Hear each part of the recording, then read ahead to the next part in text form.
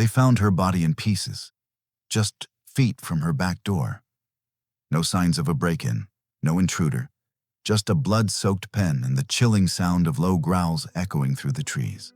When officers arrived, what they saw was something no training could prepare them for. A body torn apart, limbs mangled, eyes wide in frozen terror. She wasn't a stranger to them. She wasn't a careless trespasser. She was their caretaker, their provider, their so-called alpha. But on that day, she became their prey. This is the haunting story of Elaine Whitaker, a solitary woman who believed she could live in harmony with creatures that are neither fully wild nor truly tame. For years, she raised hybrid wolfdogs in the remote hills of Rockridge Valley, Colorado. She believed love was enough, that loyalty could override instinct. But when instinct awakened, it didn't hesitate. Stick with us as we unravel a tragedy that shook an entire community and expose the deadly consequences of blurring the line between pet and predator. Welcome to Wild Shock Files. If you care about animals, truth, and the raw edge where nature meets human ambition, make sure to subscribe, like, and stay till the end. Elaine Whitaker wasn't famous. She didn't want to be. A quiet woman in her late 50s, Elaine had lived alone for nearly 2 decades in a faded cabin nestled among pine trees. The town of Rockridge Valley was small, one main street, 2 stop signs, and a gas station that doubled as a diner. People kept to themselves. Elaine fit right in. Neighbors would occasionally see her old blue pickup truck winding through the hills, crates of meat in the back, or hear eerie howls echoing through the forest at night. Most dismissed it as dogs. Others whispered she was hiding wolves.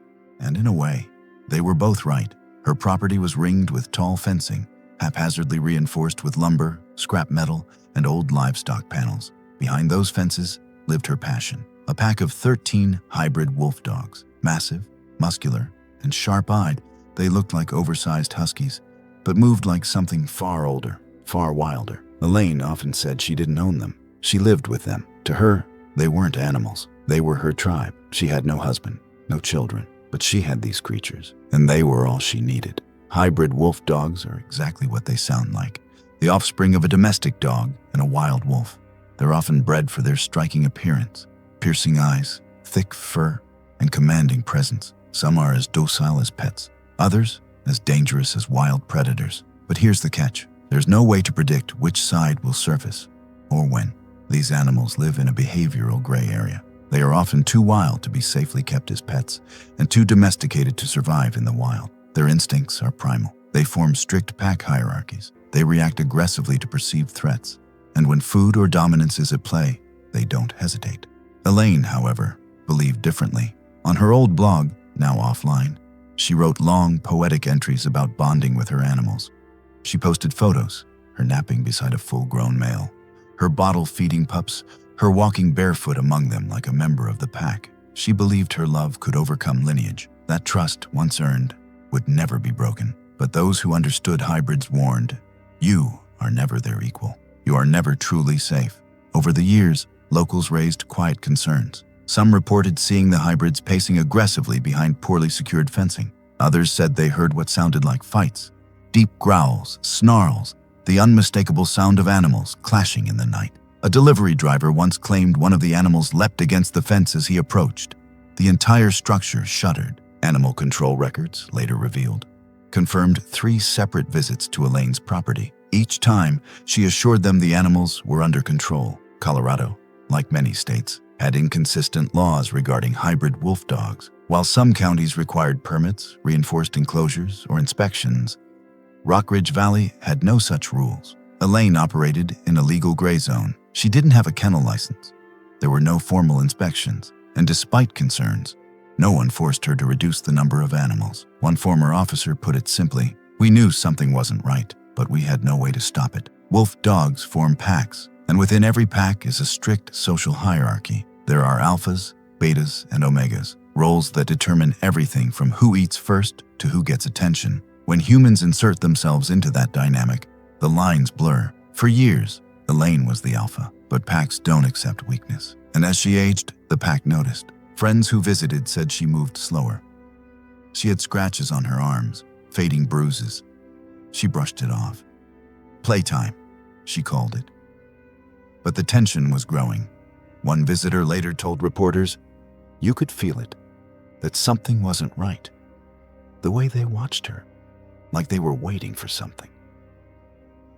Elaine didn't listen. She refused to rehome any of them. She said separating them would break their hearts and hers.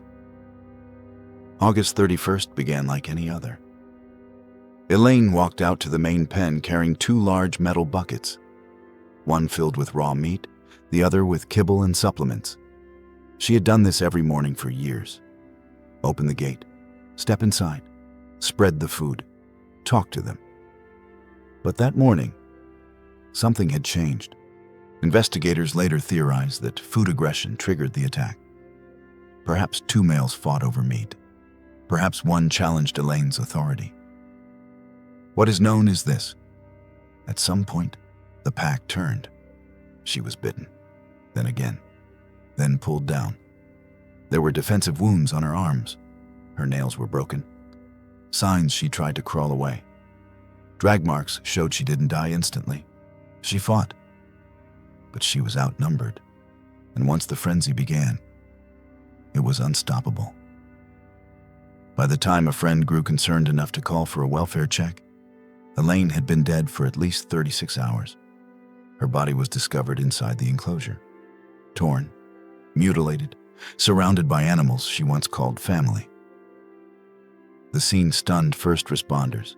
Blood-splattered fencing, strips of clothing caught on wire, fur scattered across the pen. The Wolfdogs showed no fear, no remorse.